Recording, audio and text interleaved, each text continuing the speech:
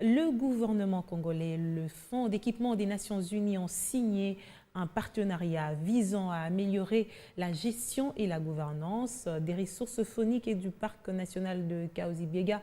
Ce projet est cofinancé par les Nations Unies et ses partenaires à hauteur de 3 millions de dollars américains pour l'effectivité des ressources des travaux afin de voir le démarrage des activités dans un futur très proche.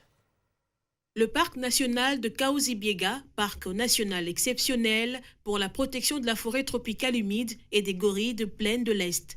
Pourtant, il continue de se dégrader par une série d'activités anthropiques, déforestation, braconnage, feux de brousse et les impacts du changement climatique. Ceci est un pas pour sauver ce patrimoine. Le gouvernement congolais et le Fonds d'équipement des Nations Unies ont signé le partenariat qui vise à améliorer la gestion et la gouvernance des ressources fauniques de la RDC. Il sera aussi question de soutenir les opportunités. Ce projet, c'est un projet qui va aider la population locale à prendre des modes de survie aussi alternatifs.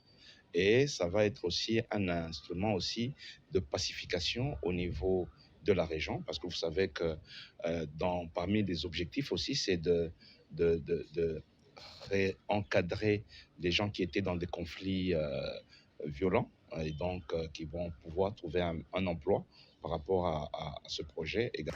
Ce projet est cofinancé par le Fonds pour la consolidation de la paix des Nations Unies à hauteur de 3 millions de dollars américains afin de procéder à la mise en place effective des ressources pour le démarrage des activités. La conception de cette initiative a fait l'objet de très nombreuses consultations avec toutes les parties au niveau central et au niveau provincial dans la province du Sud-Kivu.